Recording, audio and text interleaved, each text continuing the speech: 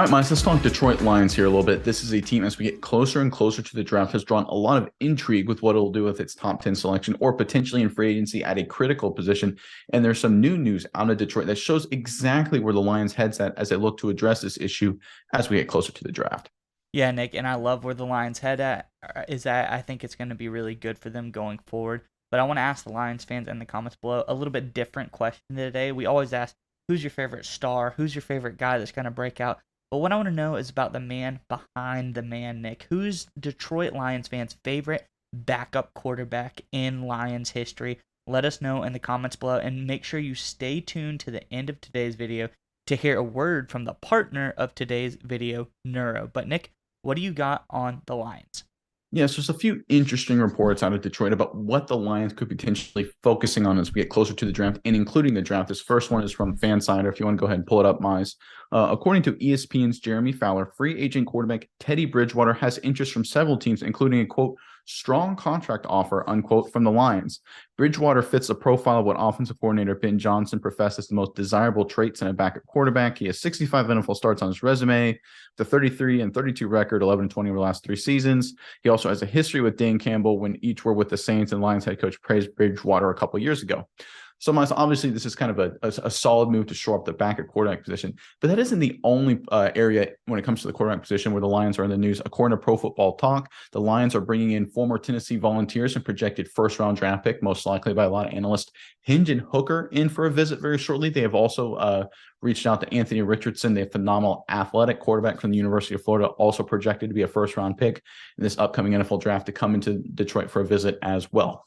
All right, Mike. So I think this is kind of an interesting thing here, because you look at the Detroit Lions, they are one of the stranger positions, and it's a good position to be for any team in the NFL. They remind me of the San Francisco 49ers a little bit, because if you listen to Dan Campbells of the world and listen to the Holmeses of the world from the GM side, they like Jared Goff as they starter. They really like him as a guy. They like him as a leader.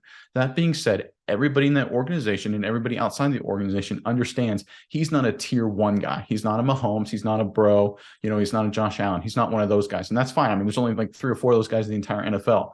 But the reality is, to be a top flight championship contender, that's a really good thing to have, is have one of those elite level quarterbacks.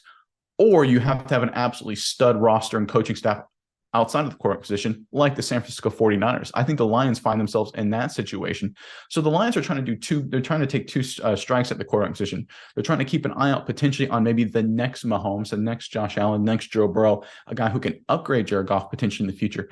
But they also understand their roster is really good right now. Their coaching staff is really good, that they need to shore up the backup quarterback position. That way, if Goff gets hurt, like what happened with San Francisco and Jimmy G last year, they can bring in a solid backup quarterback like Teddy Bridgewater, who can run the offense and keep the train rolling. I think it's very interesting decisions by the Detroit Lions as we get closer to the draft. Miles, give me your thoughts on the Lions and everything with the quarterback position right now. Yeah, no, I love Teddy Bridgewater. I love that move. I think he's a very solid backup quarterback. As long as he can keep the injury bug under control, I think he's going to be a really, really good option in case Jared Goff gets hurt. But Jared Goff doesn't really get hurt too much, so I don't think that's something to worry about that much. But I also like taking 2 strikes at it, specifically in a guy like Hendon Hooker. I think he would be my favorite of the 2 if he is available for the Lions, because I think he really could fit, just like Teddy Bridgewater could, just like Jared Goff could. He could fit the type of offense that the Lions are going after, especially when you add a guy like Jameson Williams to the mix. Hendon Hooker has really great deep ball accuracy. He's been known for those long dime throws in college. He made a numerous amount of those. So I think a guy like that could really fit into this offense quite nicely. But it's kind of just like you were saying, Nick. The more shots you can take at the most important position on the field, the better.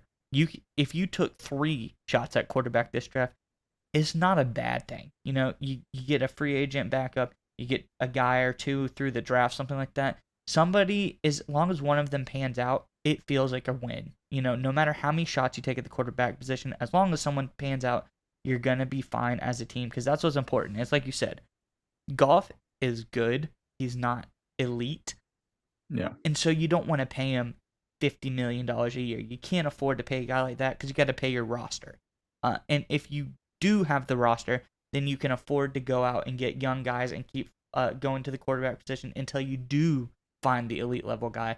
So I think Detroit is going at it exactly the way that they need to, and I think it's going to pay off big for them in the coming season. Well, and I always look at what the smart teams, the teams I consider to be smart, well-run teams. And you kind of look at the Chiefs, the Eagles, and I already brought up the 49ers. That's kind of, the models right now in the NFL of how they build their rosters, how they structure their teams. And they all follow the same model, some with limited success, some with a lot of success, where they were good at quarterback or okay at quarterback, and they were upgrading it, right? Chiefs had Alex Smith going to playoff games. They obviously get Pat Mahomes, the rest is history. The Eagles had Carson Wentz. They were winning games with Carson Wentz. They obviously went to the playoffs numerous times, won a Super Bowl the year he got injured, unfortunately missed the playoffs. They still draft Jalen Hurts early in the second round. And then you go with the San Francisco 49ers. They had Jimmy G. They trade up to draft Trey Lance. He didn't work out, but they did get Brock Purdy late in the game, and he ended up working out pretty good for him. So again, it just seems to be one of these things where if you do not have, that Mahomes, that Burrow, that Josh Allen, that clear MVP, clear number one guy, you constantly have to be looking to upgrade and solidify the quarterback position, especially when you have a really good roster. Because I think that's one of the things people are sleeping on the Lions a little bit, is that the roster is really good across the board. They've upgraded where they need to upgrade. They got draft capital to potentially get even better. They're young in some spots, so they're only going to get better. I mean, everywhere you need to be good, the Lions are good. Playmakers, offensive line, better front seven, elite pass rusher, better secondary, quality coaching staff, smart GM. Like, they check every single box. Great culture, good coach, good head coach. They check every single box. So just solidifying that quarterback position, I think, is just going to be the key for them, and potentially upgrading it going forward. I really like the Lions' approach of how they're looking at it, because if they fall in love with, say, Hendon Hooker, they're like, hey, listen, we'll take this guy as a guy for the future. If they don't, hey, listen, we'll bring in Bridgewater as a backup in the off chance Jared Goff gets hurt, the season doesn't fall down the drain. So I really like where the Lions are thinking here. And I think it would be huge for them going to 2023 and potentially beyond. All right, Miles, we would like to give a special thanks to our partner today's video, Neuro. That's right, Nick. And I want you to go with me on a journey really fast. I want you to imagine this. It's 4th and goal in the big game, Nick. Your team is relying on you to make the big-time game-winning play.